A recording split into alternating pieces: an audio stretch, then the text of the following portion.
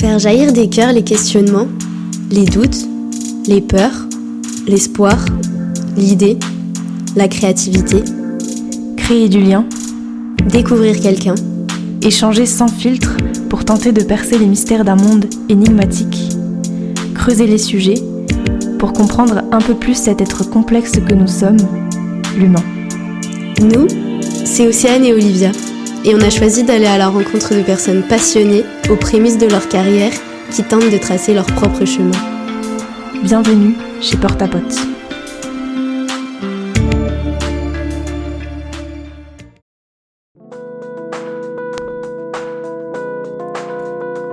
Aujourd'hui, on va à la rencontre de Léa, une jeune artiste surprenante.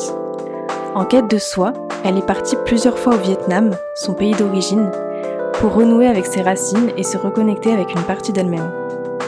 Danseuse et chorégraphe, ces voyages ont été une source d'inspiration forte pour la création de ses 2 premiers spectacles qui mêlent danse et théâtre, dans lesquels elle partage son histoire à cœur ouvert. Un parcours intime, sensible et inspirant que nous vous invitons à découvrir à travers cette rencontre. Merci beaucoup Léa d'être avec nous. Ça fait trop plaisir. Grave. Pour commencer, est-ce que tu peux te présenter sans dire forcément ce que tu fais, mais plutôt ce que tu es? Ce que je suis. Ouais. Je suis Léa ou Ashley. Je suis de signe astrologique Vierge, ascendant Sagittaire, lunaire, Scorpion et signe lunaire, Chien, d'eau. Voilà. Je suis française d'origine vietnamienne et indienne, entre autres.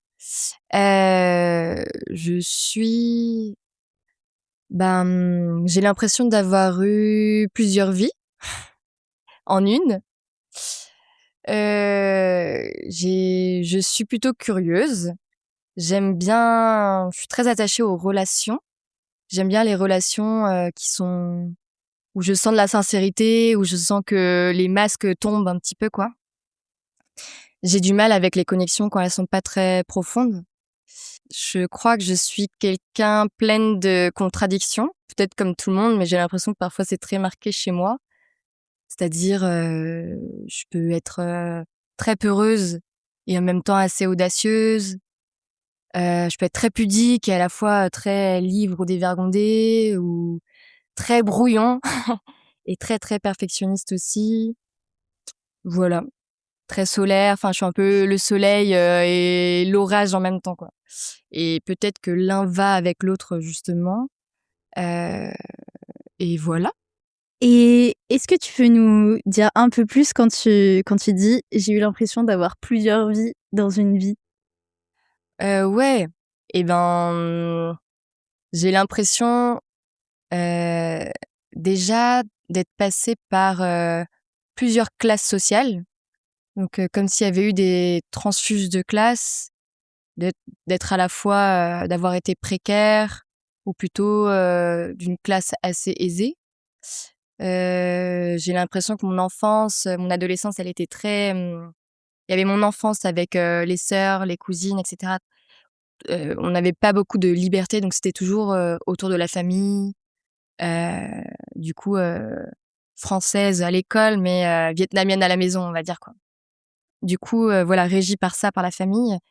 Et puis, petit à petit, ouais, un peu emprisonnée, j'ai l'impression, plus jeune.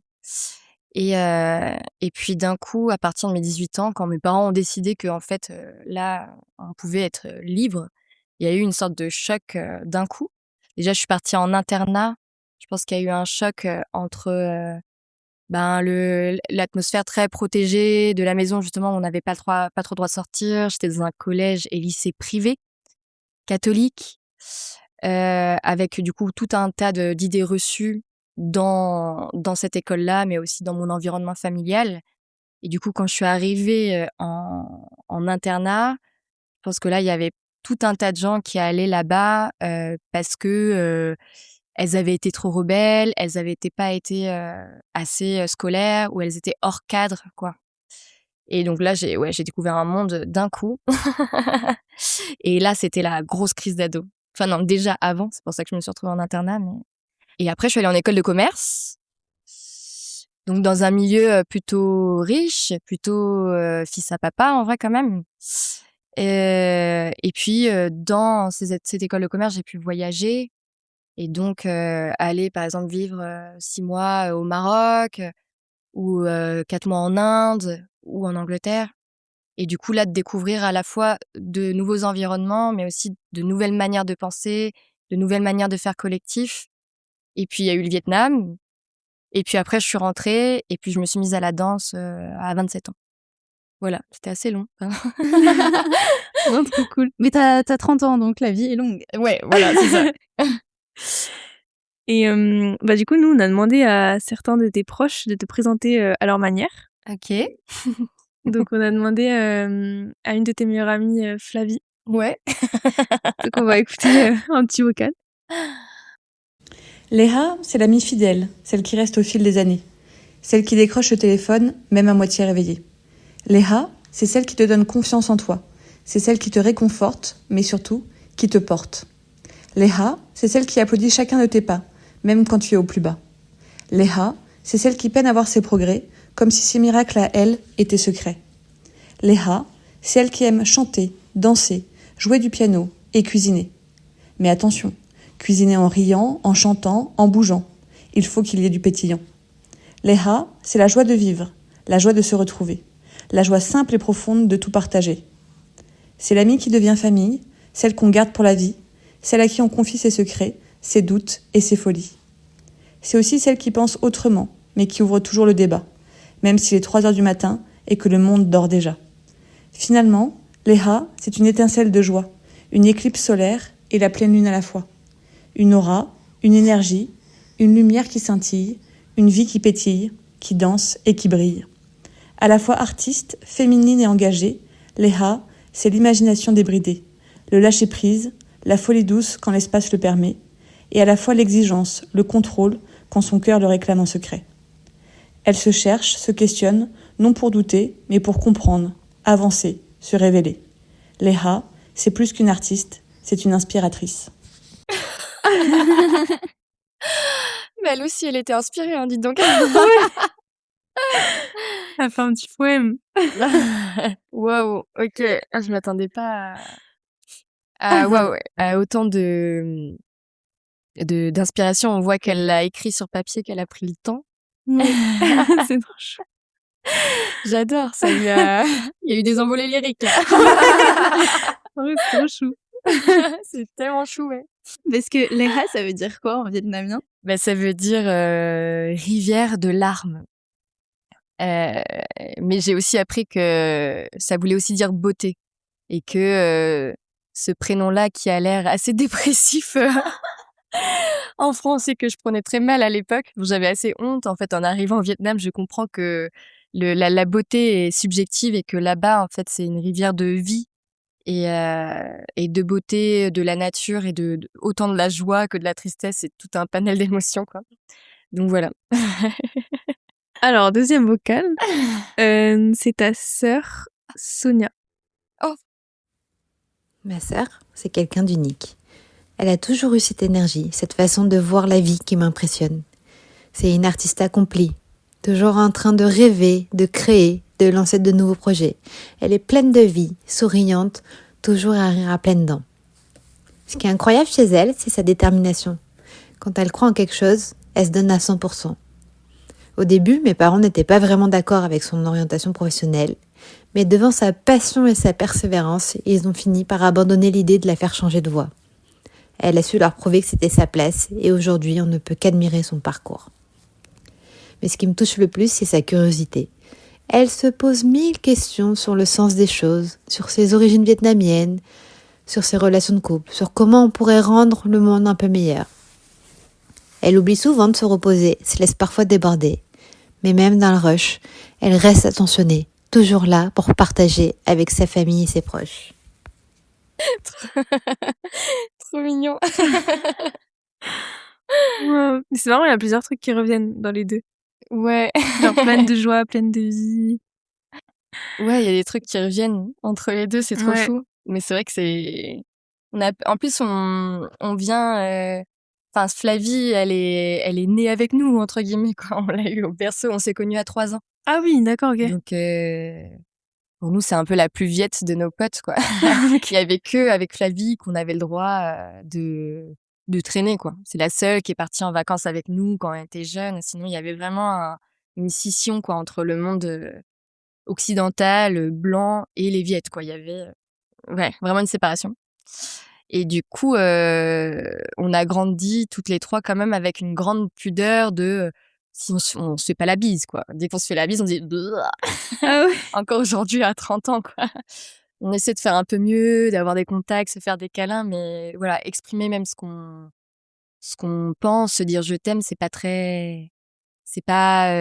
on n'a pas relationné comme ça quoi. Du coup, c'est assez impressionnant d'avoir des retours.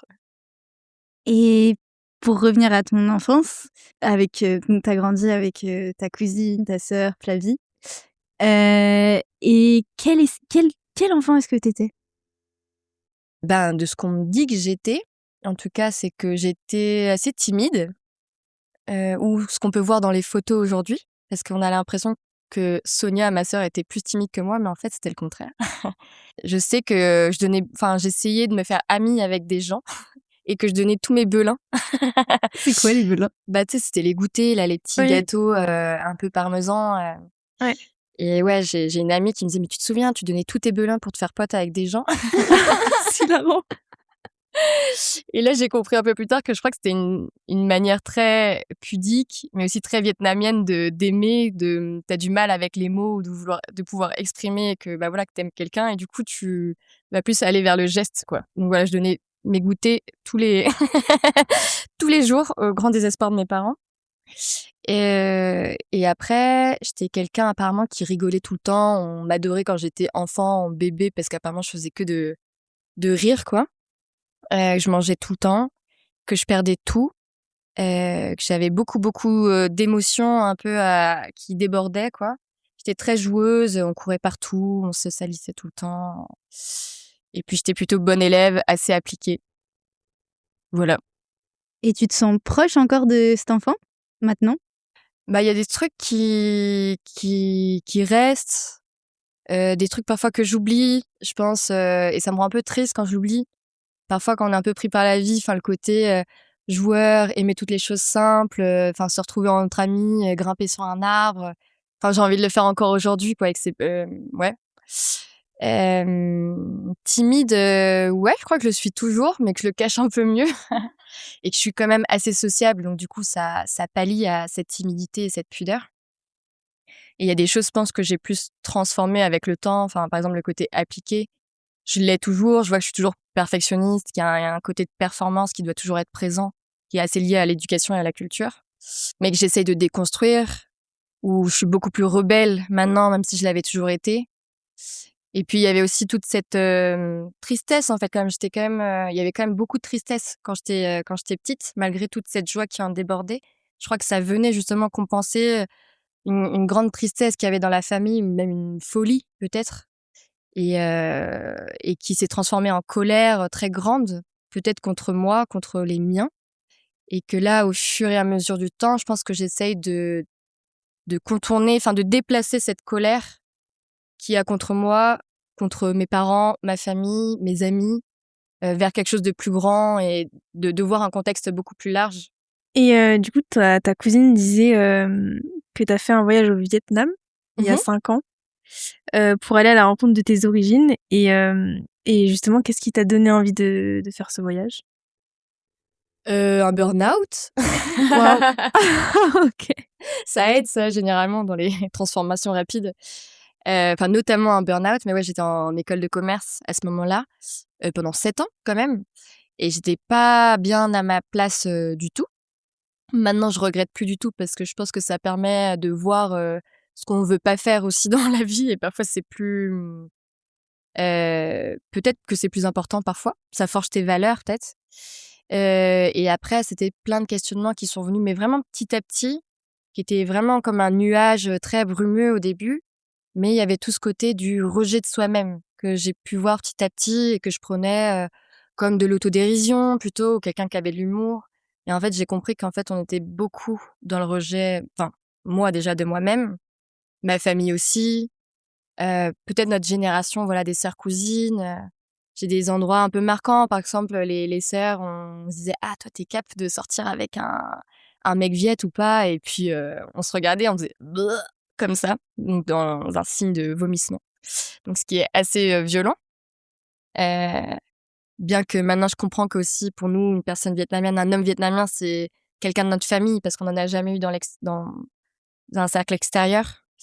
Ouais, je pense que c'est ce rejet-là et le mur qu'il y avait, en fait, entre le Vietnam et la France, bien que le Vietnam était tout autour de nous, mais on ne savait rien.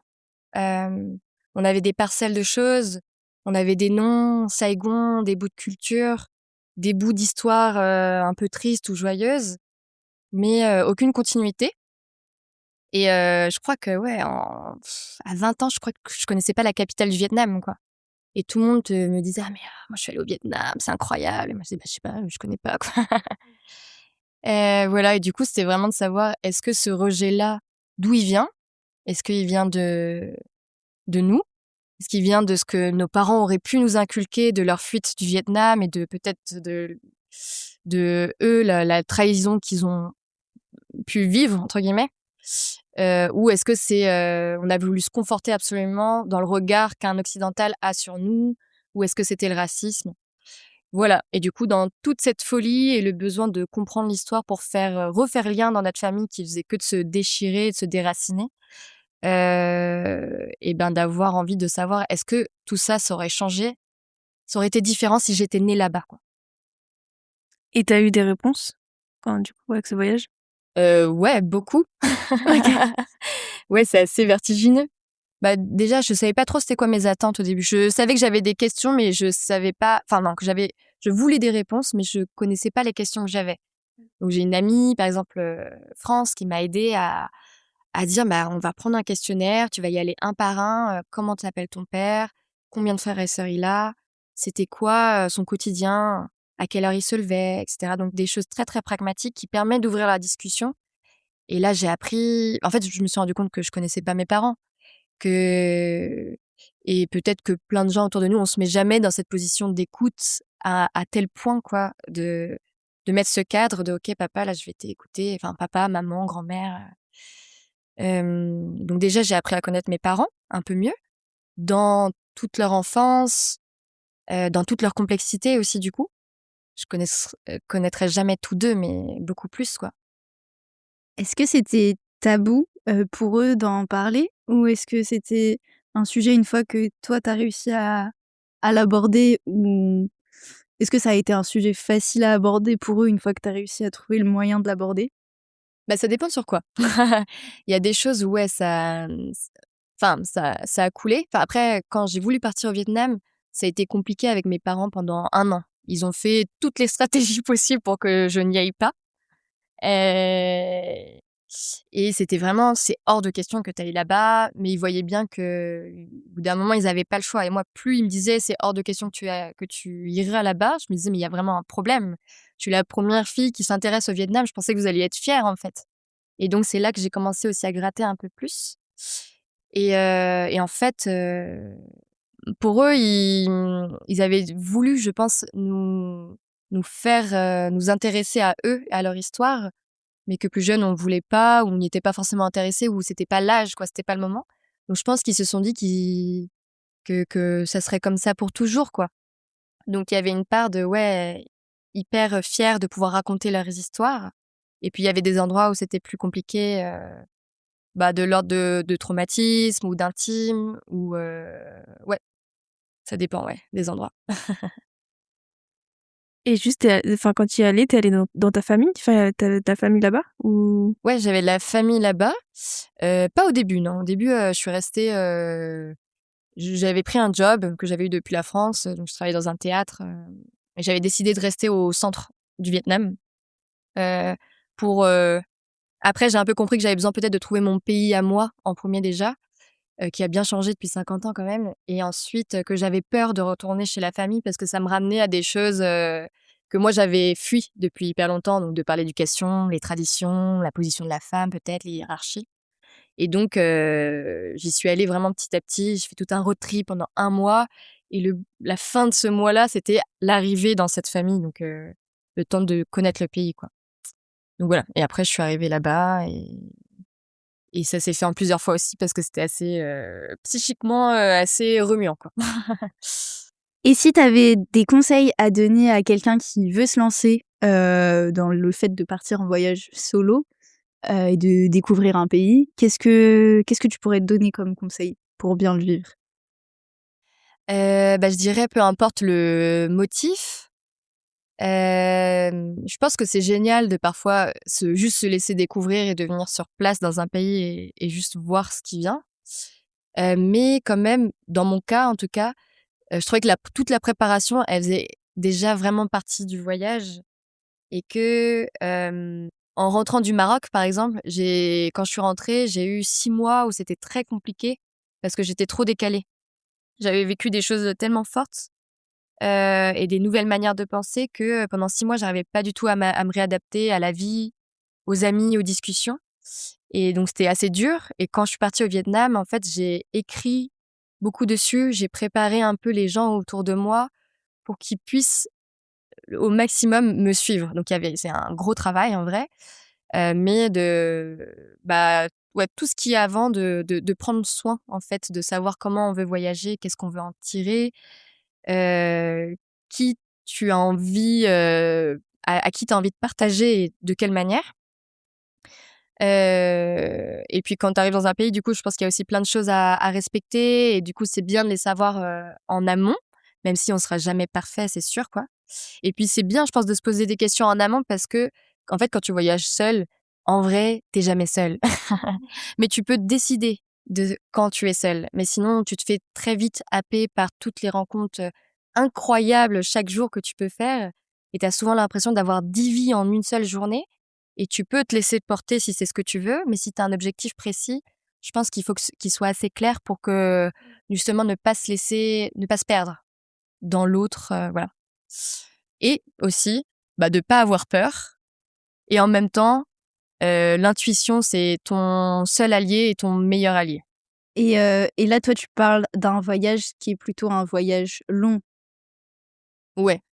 Oui, plutôt, ouais, quand même. Je pense que plus c'est court, plus tu as envie de le préparer. Et ça dépend de la manière dont tu veux voyager aussi.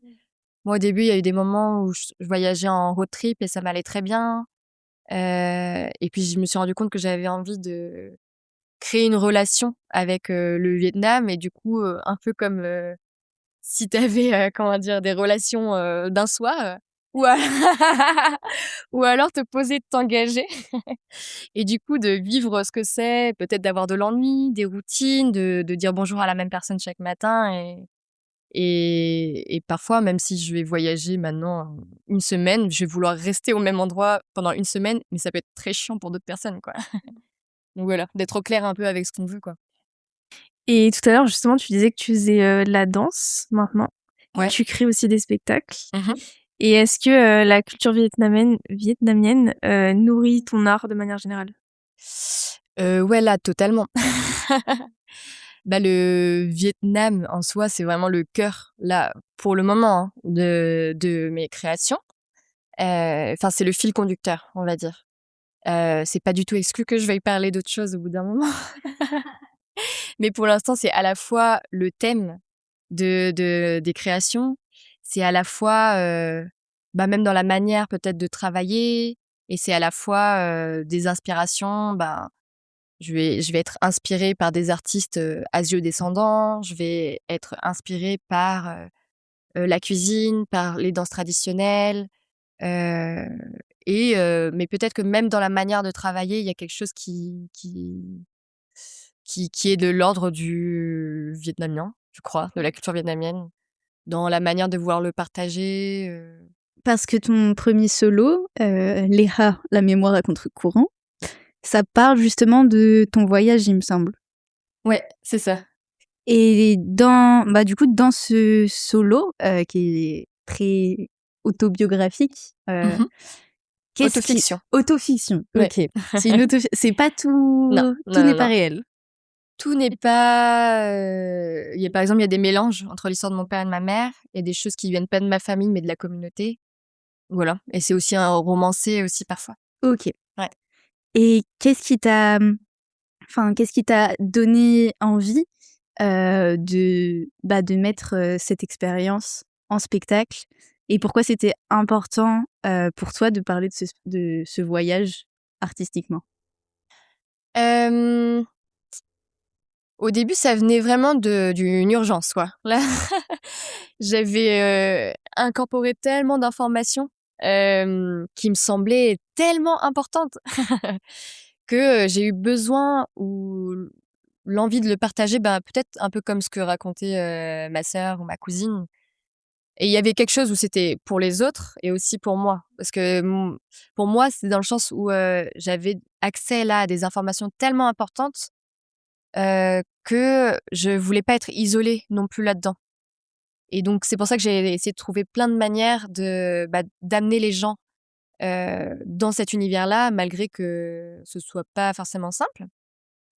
Mais il y a aussi eu un besoin il y avait tellement de choses qui étaient arrivées, une transformation tellement profonde qu'il fallait matérialiser, quoi. Il fallait mettre en forme, il fallait sortir quelque chose de l'ordre de waouh, je dégueule quelque chose, c'est urgent. Est-ce que c'était un peu comme un journal intime où t'écris mais en spectacle? Ouais, peut-être un petit peu au début, mais ça s'est transformé dans quelque chose de beaucoup plus universel quand même. Et je crois que ça a toujours été universel dans le sens où je me suis dit, mais là, c'est juste moi, mais c'est l'histoire de milliers de personnes, déjà vietnamiennes, asio-descendantes, et en plus immigrées de manière générale. Et c'est l'histoire de la France.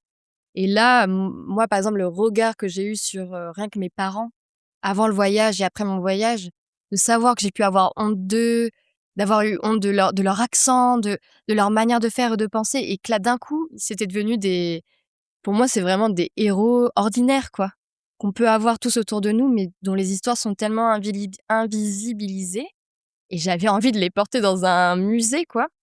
Donc il y avait ça déjà. Et puis après, le fait de m'être moi un peu oubliée aussi dans ces histoires-là, parce que je me suis sentie plus légitime après à parler de moi, parce que l'histoire de mes parents, de ma famille et du coup de la famille de millions de Vietnamiens était tellement importante que je me disais, mais qui suis-je moi pour parler de moi là-dedans?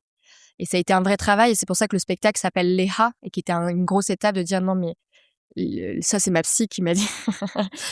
C'était quoi à la base le début, et en fait fallait repartir de soi, et fallait que ça redevienne le point de départ en fait des choses, quoi.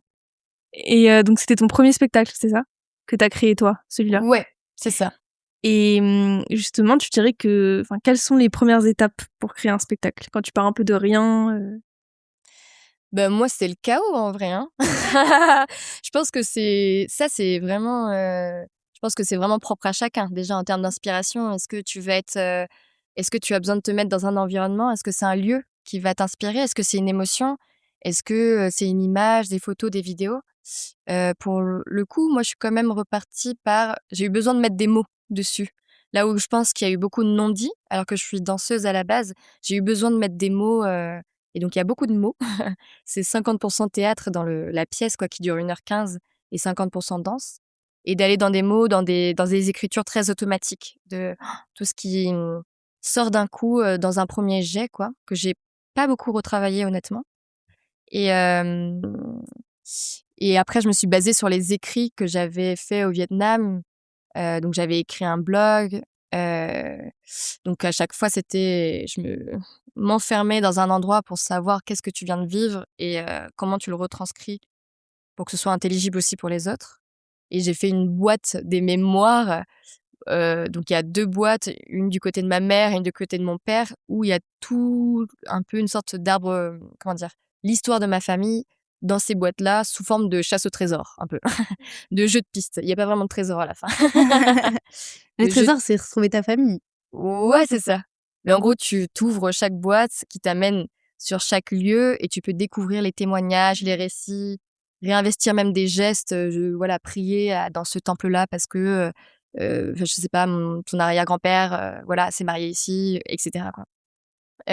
Donc basé aussi sur des choses qui avaient déjà été faites sans savoir à l'époque que je voulais en faire un spectacle, quoi. Et après, bah, je pense que c'est trouver la bonne équipe. C'est d'être assez prêt, toi, pour avoir des mots, pour pouvoir savoir ce que tu veux dire, pour pouvoir convaincre, tout en sachant que parfois tu sais ce que tu veux dire en faisant aussi, donc faire confiance à ça, mais avoir assez pour pouvoir aller chercher d'autres personnes qui se rallient à ta cause, parce que bah, c'est pas simple en vrai en termes de bah, tu peux pas payer les gens au début, enfin, c'est beaucoup de dons de soi et donc il faut que les gens croient en ton projet et que ce projet, il devienne pas que le tien, mais celui de tout le monde, quoi. Et donc là, moi, j'ai trouvé une équipe incroyable et magnifique.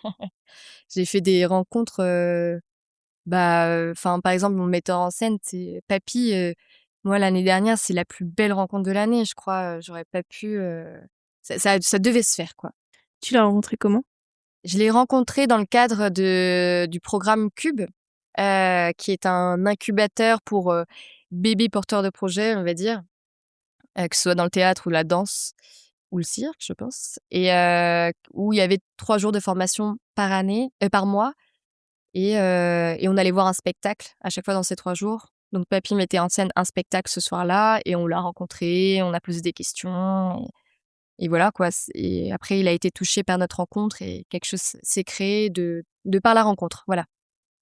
Là, je parle de Papy, mais il y a Sarah, la compositrice musicale. Elle était dans mon collège ou lycée à l'époque. On s'est Ah retrouvés ouais?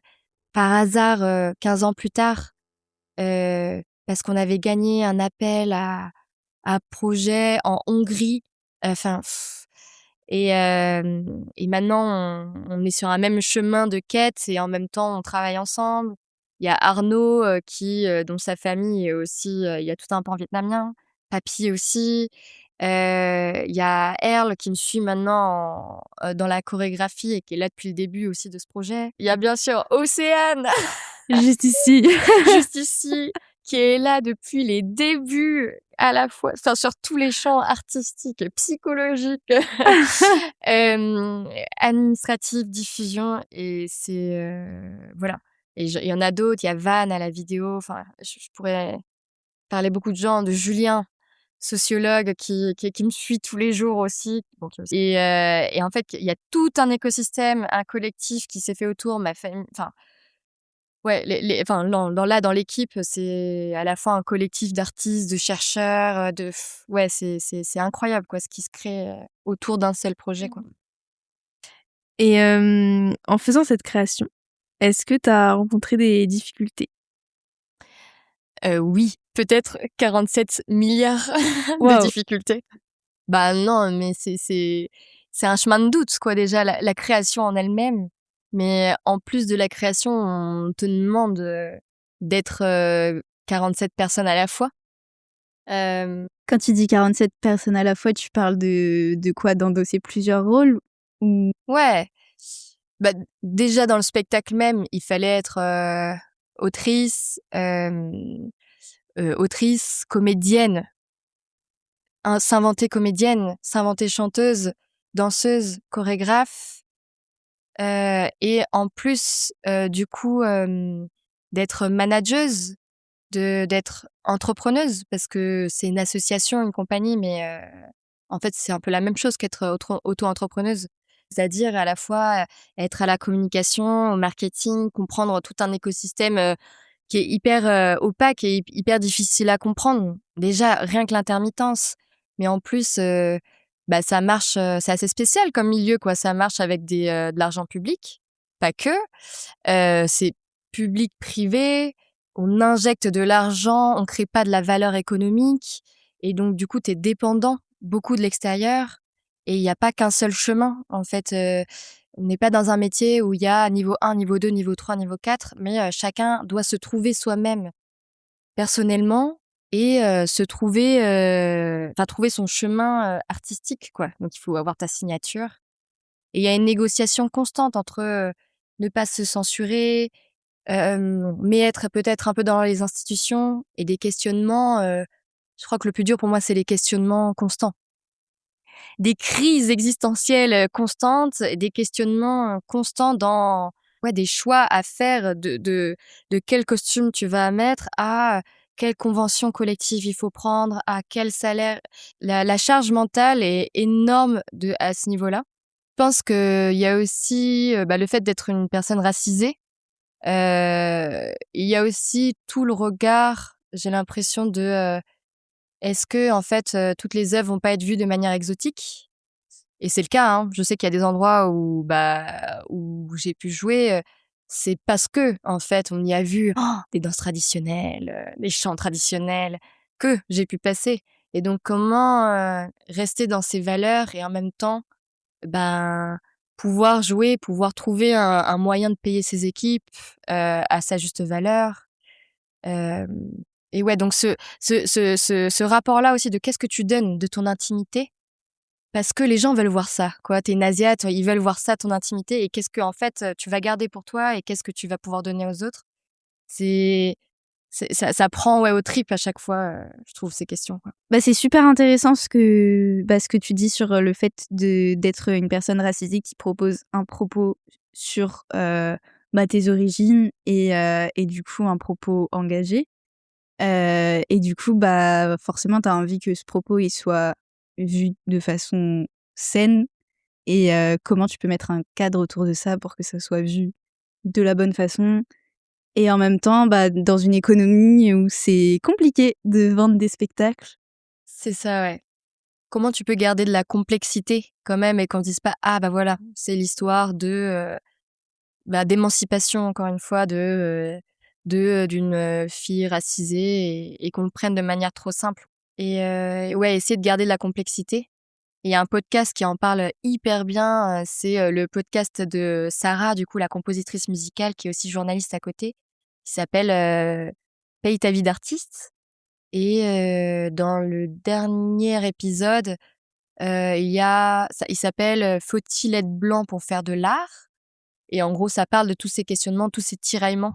Ok, trop bien, merci pour la reco, trop cool. Mais bon, dans tous les cas, ça vaut le coup quand même. Pour pas démotiver les troupes.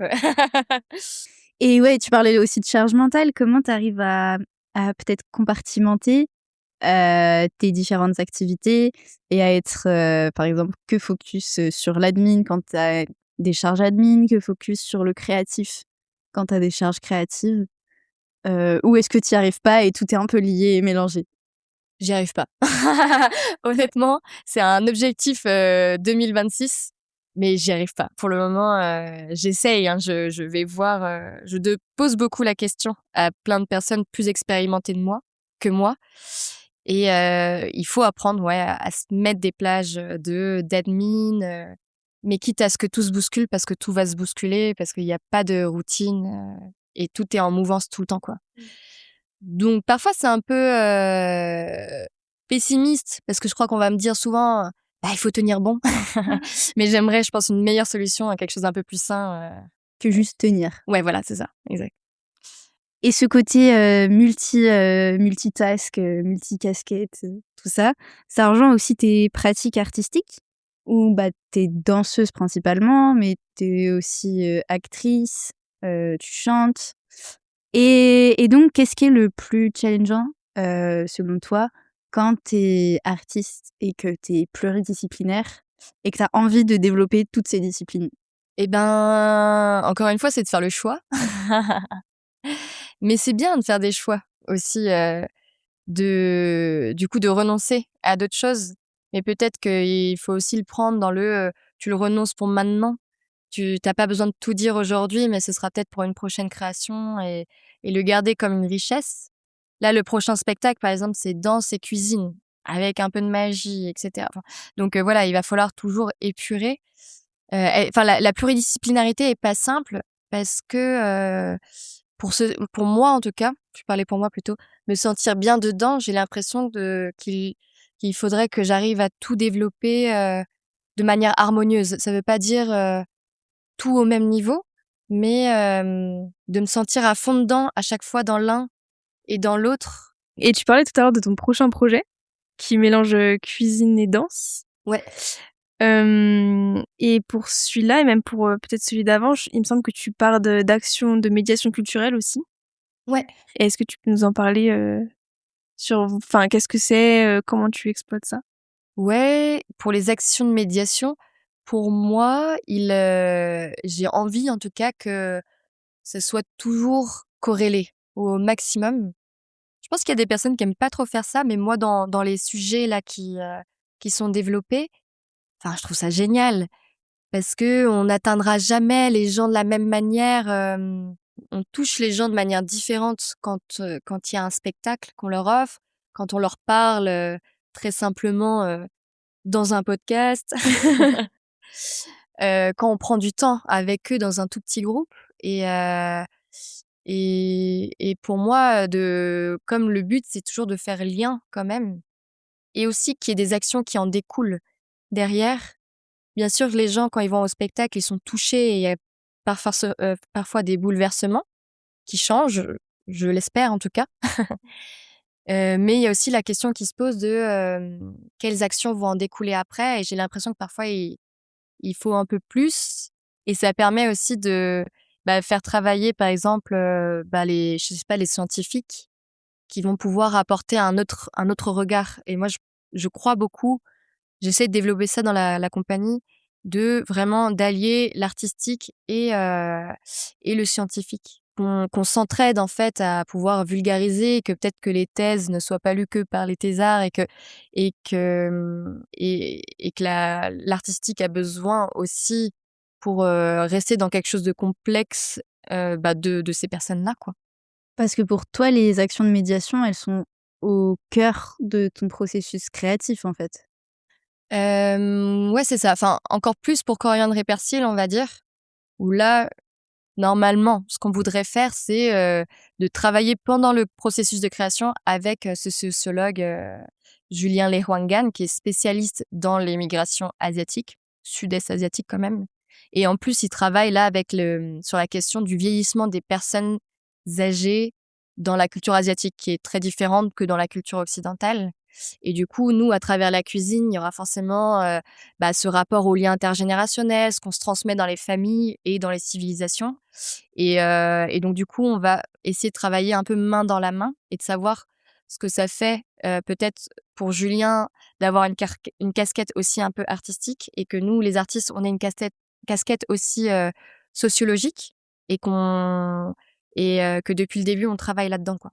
On va sûrement travailler dans un ancien camp de rapatriés indochinois, ça s'appelle un CAFI. Là, de ce que je sais, il y en a 2 encore où il y a encore des gens qui y habitent, etc. Il y en a peut-être d'autres que je connais pas, mais en tout cas, il y en a un dans l'Allier, donc dans le département de l'Allier, donc dans la région Auvergne-Rhône-Alpes, et un autre dans le Lot. Et là, ça serait plutôt pour faire des ateliers dans l'Allier. Voilà, du coup, autour de la cuisine, de comment la cuisine a dû s'adapter, peut-être dans un contexte de migration, peut-être dans un contexte de cuisine de survie, quand on n'a pas tous les ingrédients, comment on recrée un petit Vietnam, par exemple, à travers la cuisine, quoi. Comment on continue de transmettre. Et ça s'appelle Coriandre et Persil pour le moment. Et il y a déjà des dates ou pas? Non, c'est le début. C'est le tout début, mais écoutez, là, c'est assez prometteur parce que du coup, il y a une programmatrice qui vient de voir le premier spectacle, du coup, Léha, la mémoire à contre-courant, qui a beaucoup aimé, et du coup, qui veut nous suivre pour le prochain spectacle et vraiment nous accompagner, donc avec une coproduction, et de développer ces actions de médiation sur le long terme aussi, et ancrées dans le territoire avec les autres assos. Voilà. Du coup, Trop cool. on a hâte, quoi. Et merci beaucoup pour cet échange. Merci beaucoup à vous. Je trouve ça trop important ce que vous faites, et j'espère que ça va être diffusé au plus grand nombre. Voilà. Et maintenant, du coup, on te laisse un espace pour toi, pour nous partager quelque chose qui te touche, si t'es OK. Ouais, grave.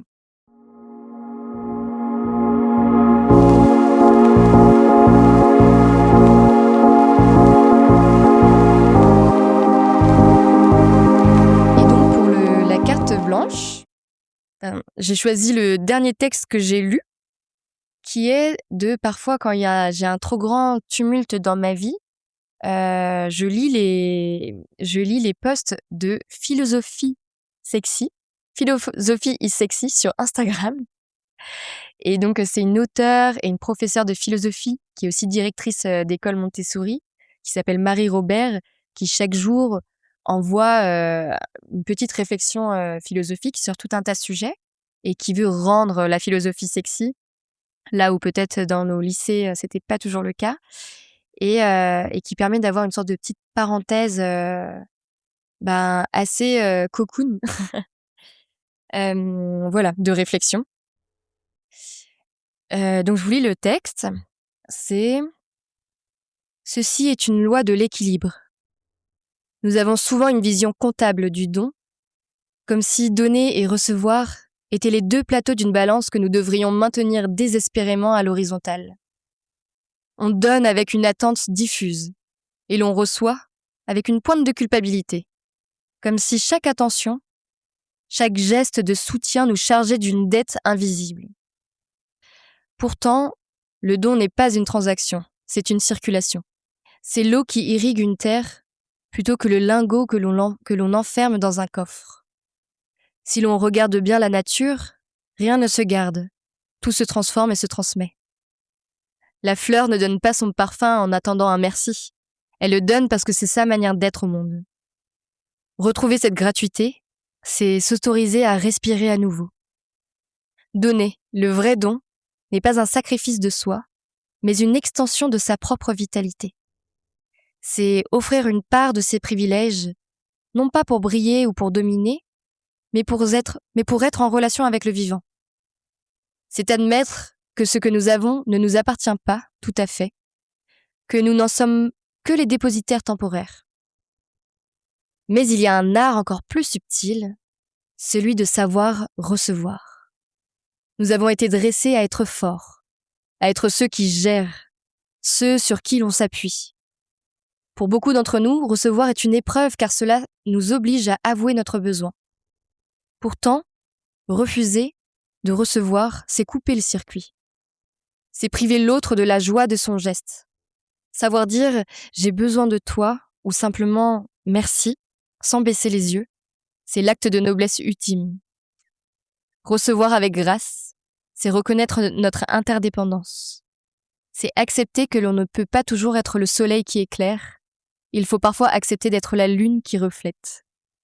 En acceptant de recevoir, on honore l'humanité de celui qui donne. On lui dit « ton existence a un impact sur la mienne et je t'en suis reconnaissant ». C'est ainsi que la puissance d'agir de l'un vient nourrir la paix de l'esprit de l'autre. La vie n'est alors qu'une somme de possessions, mais une suite infinie de passages. Je nous souhaite de garder les mains ouvertes.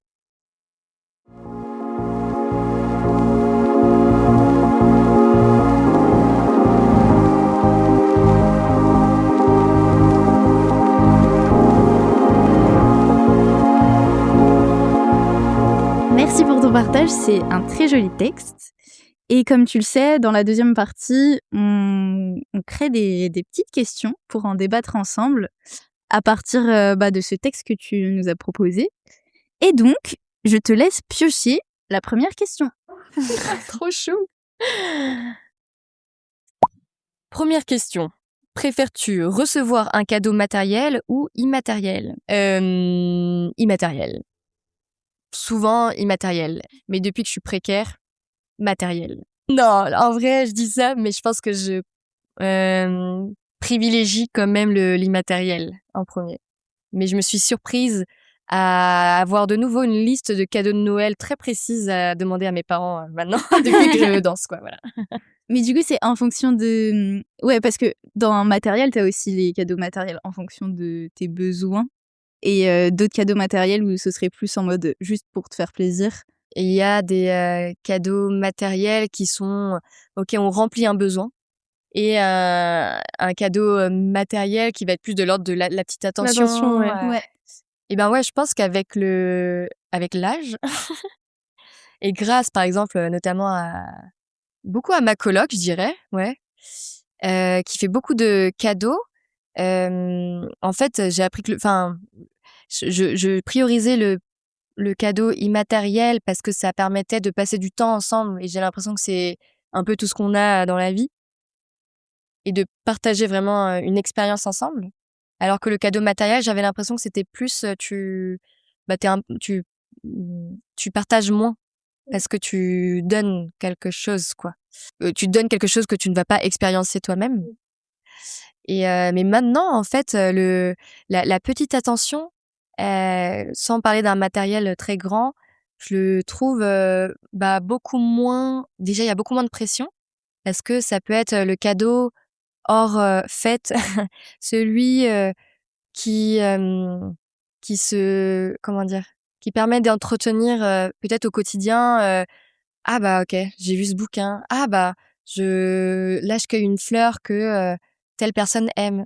Ah j'ai même trouvé quelque chose par terre, mais je l'ai lavé et je te le donne parce que ça me fait penser à toi pour telle ou telle raison. Et il y a beaucoup de moins de pression là-dessus.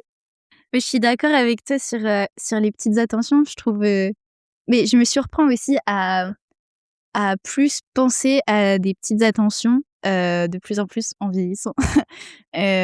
Pour offrir des cadeaux de petites attentions en mode: «Ah mais ça m'a trop fait penser à toi» et du coup d'avoir envie de l'offrir à la personne et je pense que quand ça me concerne moi, pour l'instant, je suis quand même plus quelqu'un d'immatériel parce que aussi je bouge beaucoup et du coup, je pense que le matériel, ça m'encombre un peu, même si j'apprécie, mais quand c'est une intention ciblée, quoi. Ouais, c'est ça. Ouais, exactement. Faut que il y a forcément une intention derrière. Ouais, Oui. ouais, je trouve que c'est en fait, dans un cadeau, ce qui compte, c'est hyper cliché, encore une fois, ce que je veux dire, mais ce qui compte dans un cadeau, c'est l'intention que tu mets derrière et en fait, si c'est personnalisé, peu importe la forme que ça prend, je trouve ça trop, trop chouette. Mais du coup, je trouve ça marrant de voir que dans l'immatériel ou dans le matériel, tu as aussi plusieurs, gradations de cadeaux et que Elle classe il y a les des cadeaux. échelles de Non, cadeaux. non, mais pas gradation Soit de le voyage à Punta Cana. non, mais pas de gradation de valeur, quoi, mais de gradation de moi, ce qui va me faire plus plaisir, c'est quand il y a une intention et un truc personnalisé. Mais pour, d'autres personnes, ça va peut-être être plus quand ça répond à un besoin ou quand ça répond à une envie, très précise, d'un truc, dont tu as toujours rêvé, et tout ça. Et qu'en fonction de chaque personne, on a un peu pas la même référentiel et je trouve ça trop intéressant dans les relations justement, de te poser la question de ce que les autres aiment comme, type de cadeau. Parce que en vrai, ce que t'aimes toi, c'est peut-être pas ce qui fait plaisir à l'autre, quoi, aussi. Ouais, c'est sûr. Moi j'avais toujours l'impression d'avoir des cadeaux de ouf. Ouais. Et en fait, pour des gens qui sont très des potes par exemple qui sont très matériels, qui veulent le sac à main et moi Ouais, j'ai dit c'est attends ça. mais c'est boring. Et en fait, on m'a dit oui mais Léa, les gens Je vais n'aiment te pas les mêmes peindre un choses que sac à toi, main, quoi. attends. Je s'en fous de ton atelier cuisine, tu vois. Ah ok. Ouais, de se mettre dans la peau de l'autre et vraiment de savoir ce que l'autre aime, c'est chouette ça. Ouais, moi je pense que je privilégierais, waouh, que c'est trop dur à dire. Je préférerais aussi des cadeaux immatériels, mais plus parce que pour les souvenirs que ça laisse et les moments que tu passes et je sais pas, je trouve ça crée plus de liens et de connexions en général. Enfin, moi c'est ce qui me touche le plus, mais je suis d'accord avec vous en fait sur le fait que enfin moi je crois en matériel j'aime trop, mais c'est un peu ce que vous avez dit, les cadeaux mais aussi fait maison ou même les petits cadeaux je sais pas, quelqu'un qui te ramène un petit truc à manger que t'aimes bien ou je sais pas, des fleurs, enfin je sais pas, c'est des petites attentions du quotidien qui sont plus enfin je pense qu'ils vont plus me toucher qu'un big truc quoi. Ouais, je comprends.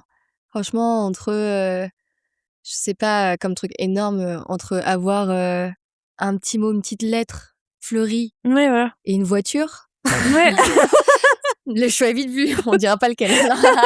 Mais en vrai, c'est super subjectif parce que il y a plein de personnes, vraiment, ce serait, enfin, les trucs matériels de valeur, enfin de valeur.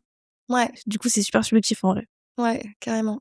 Moi, je sais que du coup, ce que j'aime dans les cadeaux immatériels, c'est aussi que c'est un temps que tu passes avec, des gens que t'aimes, mais aussi un temps que tu prends pour toi ou pour faire quelque chose, qui te plaît ou qui t'intéresse et je pense que comme on est très occupé, du coup, on s'accorde peut-être pas ces pauses naturellement, enfin, dans notre quotidien. Et du coup, là, ça te force à te les Quand tu imposer. reçois un cadeau de Ouais. quelqu'un, ouais. Oui, c'est sûr. Du coup, il y a peut-être ça qui joue aussi en fonction de comment on est, quoi. Oui, de notre rythme de vie, Mm. de notre besoin à ce moment-là. Pourquoi c'est souvent plus facile de donner que de recevoir? Je pense que ça dépend des gens, mais j'ai l'impression que c'est souvent plus facile parce qu'il y a ce truc de quand tu reçois, enfin, pour certaines personnes, t'as l'impression d'être redevable. J'ai l'impression des fois. Enfin, donner, du coup, c'est un peu toi qui est c'est toi qui prends l'initiative, c'est toi qui est un peu dans le contrôle de ce que tu fais, et recevoir, c'est toujours un peu, peut-être des fois tu te sens pas légitime ou tu te dis mais pourquoi, Ouais, je pense parfois tu te sens pas Ouais. légitime. Tu te dis mais qu'est-ce que j'ai fait pour mériter Oui, voilà, c'est ça. Alors que Peut-être déjà c'est une histoire de confiance en soi, confiance en la relation, euh, et de se sentir redevable, ouais, d'être très gêné. ouais, c'est ça. Je pense que ça dépend peut-être des gens, des cultures aussi. Je sais que, enfin, je sais pas si au Vietnam c'est ça, mais j'ai l'impression que c'est vraiment, si on te donne quelque chose, il faut que tu rendes à la même valeur. Et que si tu peux pas le faire immédiatement, ça crée un déséquilibre, que l'harmonie de la société est basée sur ça, quoi, de ces échanges, et que tu auras toujours une dette Ouais, c'est ça. si jamais tu ne rends pas ces choses-là, quoi. Ouais, en fait, j'ai l'impression qu'on a du mal à accepter de recevoir sans tout de suite devoir tout de suite redonner, quoi. Ouais. Après, ça met en vulnérabilité aussi. Ouais. Ça peut mettre en vulnérabilité de donner, dépendant de ce qu'on met dedans aussi. Mais de recevoir, ouais, c'est comme, je crois qu'elle disait ça un peu dans le texte, ouais, d'accepter qu'on ait besoin de recevoir ou de besoin de l'autre, quoi. Ouais. Dans une ère où on veut être, on se dit que c'est mieux d'être dépendant, quoi, que Indépendant. Non, indépendant. Mais ouais, cette notion d'interdépendance, elle était trop intéressante parce que ça fait penser à un écosystème, en fait. Et un écosystème, ça permet que tout se nourrisse, quoi. Et genre, si tu penses à la pluie nourrit la terre nourrit les arbres, enfin bref, le cycle de la vie. Ouais. Les biologistes le feront mieux que moi, mais je trouve ça trop chouette de penser nos relations dans un écosystème aussi, et que ça change un peu la perspective, je pense, si tu te places dans un écosystème, de comment tu vas avoir un don et une réception, parce que c'est un truc interdépendant et qui circule du coup, quoi. Donc si tu donnes, tu vas recevoir à un moment, et si tu reçois, tu vas donner à un moment. Enfin, Ouais, mais peut-être qu'on peut le penser sur un temps qui est plus long, par Mmh. exemple, que dans le truc immédiat et comptable, et peut-être que ça peut prendre des formes totalement différentes. Et je pense que, oui, peut-être que là, c'est ça, que la différence avec la culture vietnamienne, c'est qu'il faut que ce soit exactement de la même valeur, un petit peu, alors que peut-être ici, déjà, de dire simplement merci, ça peut suffire, quoi. Enfin, je trouve ça beau de se dire qu'en fait, de recevoir, c'est redonner aussi un acte, que c'est un acte d'humanité, de solidarité, de reconnaître cette interdépendance. Là où aujourd'hui, enfin, avec tout ce qui se passe aujourd'hui, enfin, en termes de guerre, de civilisation, enfin, on est amené à beaucoup donner, et il y en a qui sont amenés à beaucoup recevoir. Et comment on garde cet équilibre du monde, à un niveau, à un niveau global, quoi, de crise, où là, ce sera plus juste un cadeau, mais un acte vital, quoi. C'est dur à dire. Et nous, je trouve dans nos vies où, par exemple, d'être plus précaires qu'avant, de voir que, dans la danse, par exemple, moi, je reçois beaucoup, et c'est tellement dur. Parce qu'avant, j'étais quelqu'un, je pense qu'il le dit, tu vois, tu partages beaucoup, et là, du coup, de se retrouver dans cette position où t'es dans le besoin et je suis désolée, je peux pas me le financer, et en plus, j'ai pas le temps pour te le rendre à la hauteur de ce que je voudrais, et de voir que ça crée réellement des déséquilibres dans les relations. C'est comment réaccepter tout ça, et comment accepter cette vulnérabilité aussi. en fait, là, ce qui était beau aussi dans son texte et dans ce qu'elle disait, je trouve, c'est qu'elle parlait du fait que accepter que quelqu'un te donne, c'est aussi lui laisser le plaisir de partager et de donner. Et Moi, j'avoue, j'aime trop aussi donner. Et je pense que c'est aussi plus simple pour moi de donner que de recevoir. Je pense aussi peut-être dans la façon dont on nous a éduqués ou dont on nous a transmis les choses. Enfin, je sais pas. Peut-être aussi dans les arts où il y a un truc beaucoup de dons et bah, d'offrir un spectacle au public. Et peut-être que du coup, c'est plus simple d'être dans cette posture de donner plutôt que de recevoir. Et en même temps, si je garde l'espace du spectacle, je sais que j'adore aller voir des spectacles aussi. Mais après, c'est un truc qui touche moins personnellement. Mais peut-être que si on pensait ce truc de donner-recevoir dans d'échange, en fait, dans d'autres parties de notre vie, peut-être que ça deviendrait moins difficile de l'accepter dans les parties plus vulnérables ou qui nous touchent plus. Où trouves-tu les inspirations qui t'amènent une autre perspective sur la vie? Où trouves-tu les inspirations qui t'amènent Une autre perspective sur la vie. C'est une très vaste question. Je pense que moi, l'inspiration, elle vient pas que d'un endroit, mais je dirais quand même que ce qui bouleverse le plus mes perspectives sur la vie, c'est des rencontres. Mais ça peut être des rencontres en physique, ça peut aussi être des rencontres, là par exemple, des textes partagés sur les réseaux. Enfin, c'est pas une rencontre directe du coup parce que c'est juste moi qui lis ce qu'elle a écrit. Donc au final, c'est recevoir. Ça revient au thème de tout à l'heure. Mais du coup, ouais, ça peut être sur ça. Je pense ça peut aussi être dans des lectures, des livres, des articles et tout, des spectacles. Enfin, en fait, ouais, je pense c'est vraiment une rencontre avec quelque chose, peu importe sous quelle forme, mais une rencontre qui m'a fait évoluer. Enfin, ça part toujours d'une rencontre pour que ça fasse évoluer mes perspectives. Et je pense la curiosité aussi aide à avoir un regard ouvert peut-être sur les nouvelles perspectives qu'on te montre. Et enfin, en tout cas, moi, je pense que c'est ça. Moi aussi, je pense que mes sources d'inspiration sont diverses et variées finalement. Mais je dirais pas que ça m'apporte forcément une autre perspective sur la vie, parce que j'ai l'impression que justement, je suis toujours un peu dans les mêmes trucs. Enfin, même les réseaux sociaux avec l'algorithme et tout, en fait, on voit souvent les mêmes choses, en fait, vu qu'ils nous mettent des vidéos et images en fonction de ce qu'on regarde déjà avant. En fait, j'ai l'impression de, des fois, rester trop dans une même sphère, et justement, j'aimerais m'ouvrir et trouver d'autres choses ou des choses vers lesquelles je me dirigerais pas forcément de manière, au premier abord spontanée, qui pourraient m'inspirer d'une autre manière. Mais je sais pas comment faire, parce que justement, je me dirige, même pour les films que je regarde, les livres que je lis, les spectacles que je vais voir, c'est forcément des trucs qui m'attirent dès le début, quoi. Ah ouais? Donc, ouais. Tu vas pas, par exemple, parfois regarder un spectacle, tu lis pas l'affiche et tu vas. C'est assez rare, sauf si quelqu'un d'autre me le propose. Donc t'as quand même une recommandation. Par quelqu'un, oui. Mais de moi-même, tu vois. Parce que du coup, je vais être aussi entourée de choses que j'ai l'habitude de voir, même dans mon quotidien, ou même les gens avec qui je suis, on finit par voir les mêmes choses, aimer un peu les mêmes choses. Et du coup, je trouve ça un peu dommage. Et justement, j'aimerais plus ouvrir ça. Mais oui, c'est vrai que ce serait bien de faire ça, en fait. C'est une bonne idée. Moi, je le fais tout le temps. Je sais que je lis jamais les fiches de salle. Et plus, je me dis, tiens, je vais aller voir ça.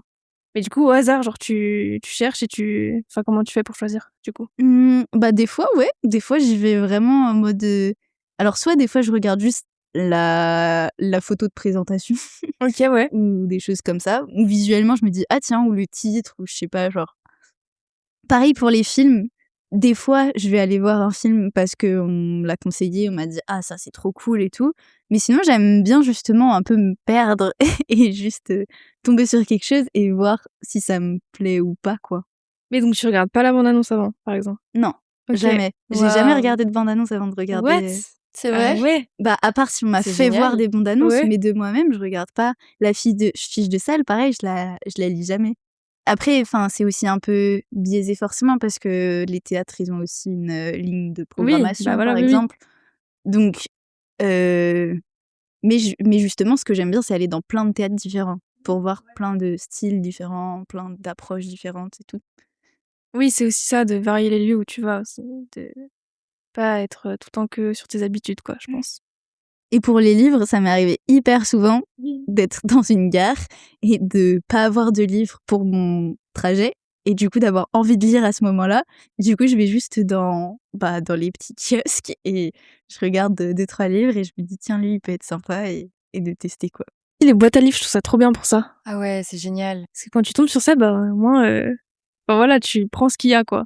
Ouais, T'as pas vraiment. trop, De tu choisis quelqu'un, pas trop, quoi. tu sais pas si la personne elle a mis parce qu'elle aimait pas ou parce Ouais. qu'elle l'aimait, mais Et Ouais. t'en as déjà trouvé beaucoup des livres comme ça?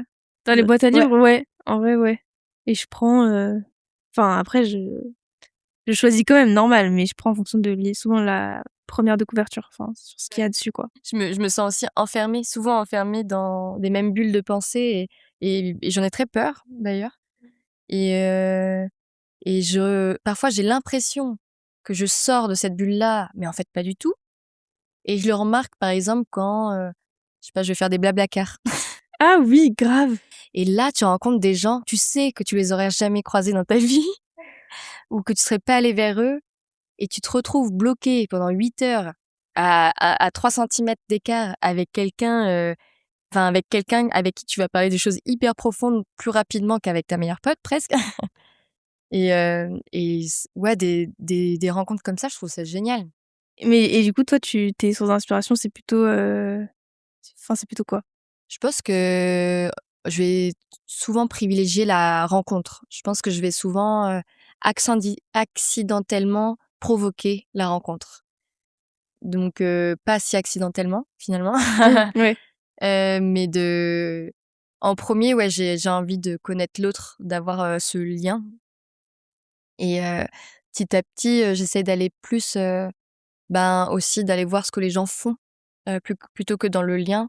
Donc tous les travaux, il y a tellement de gens qui travaillent sur tout un tas de choses et d'aller voir, ce qu'ils font en termes de podcasts, de livres, d'écrits et d'aller voir pas ce qu'il y a seulement dans les théâtres, mais aussi dans des endroits un peu plus, un tout petit peu plus niche, sans mettre trop de hiérarchie, parfois entre les uns et les autres.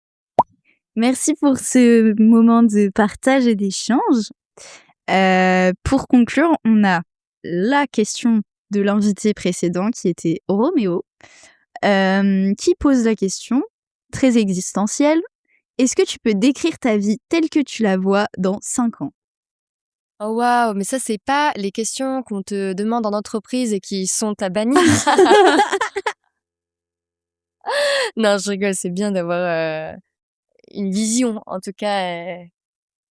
En fait, déjà, c'est dans un état, euh, c'est l'état dans lequel j'ai envie d'être, c'est-à-dire beaucoup plus apaisée, plus confiante et de sentir que ça y est, j'ai un peu roulé ma bosse, j'ai rien à prouver et que je fais les choses. Et moi, alors tout n'est pas concret. J'ai un rêve d'avoir un lieu comme beaucoup de gens, entouré de nature.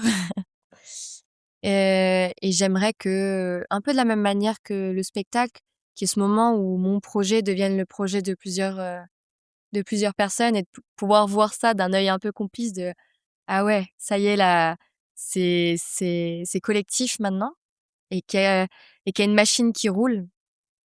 Du coup, en vrai, un petit rêve, oui, ça serait une sorte de tiers-lieu, de lieu qui mélange les générations, qui mélange des classes sociales de manière saine. Ça serait trop chouette. Euh, et qui est un endroit où on puisse tout être, quoi, dans les disciplines, qu'on invite des gens pour des résidences et qu'en même temps il y ait des endroits de soins, etc. Ouais, ça serait trop cool ça. Mais on verra. D'avoir des belles relations saines autour de moi. C'est beau. Ouais, et que les gens se sentent se révéler en fait autour. Ouais. Et pour finir, est-ce que tu aurais une recommandation à nous faire? Ça peut être tout ce que tu veux, mais enfin quelque chose que tu recommanderais au plus grand nombre de gens. Moi, c'est un peu de parler aux inconnus autour de nous. Ça, c'est une des choses que j'avais envie de garder un peu du voyage. J'ai l'impression parce que t'es dans un pays étranger et que du coup que t'as un regard beaucoup plus ouvert et plus curieux, donc t'as envie d'aller à la rencontre de l'autre. Mais en fait, pourquoi on le fait pas chez nous? Et du coup, moi j'adore. Souvent quand par exemple je suis perdue dans la rue, ce qui énerve beaucoup mon copain, mais je vais pas chercher par moi-même la rue. Je pourrais, hein, et ça irait très vite. Mais j'aime bien que ce soit un prétexte pour discuter avec d'autres personnes. Et en fait, on n'imagine pas à quel point parfois pour des gens, c'est la lumière de leur journée, quoi. Et tu le vois, tu vois, la grand-mère qui va parler beaucoup trop après, ou qui vont t'expliquer tous les détails de comment aller à la boulangerie. Et ah, ok, c'était à 5 mètres. Quoi. Mais c'est trop beau. Eh ben, top, merci. Eh ben, merci à vous pour ta faute. Merci beaucoup pour votre écoute. On espère que cet échange vous a plu et on se dit à très vite pour un prochain épisode.